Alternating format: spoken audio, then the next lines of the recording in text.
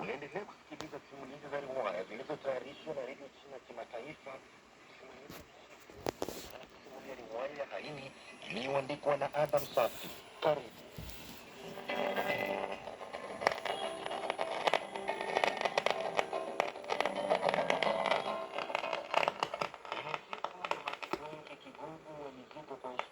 Walizostahiki mtu kama yeye, na au kupita muda mrefu mrithi wake akatawazwa.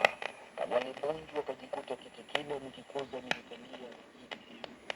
Alikuwa amekaa ofisini peke yake.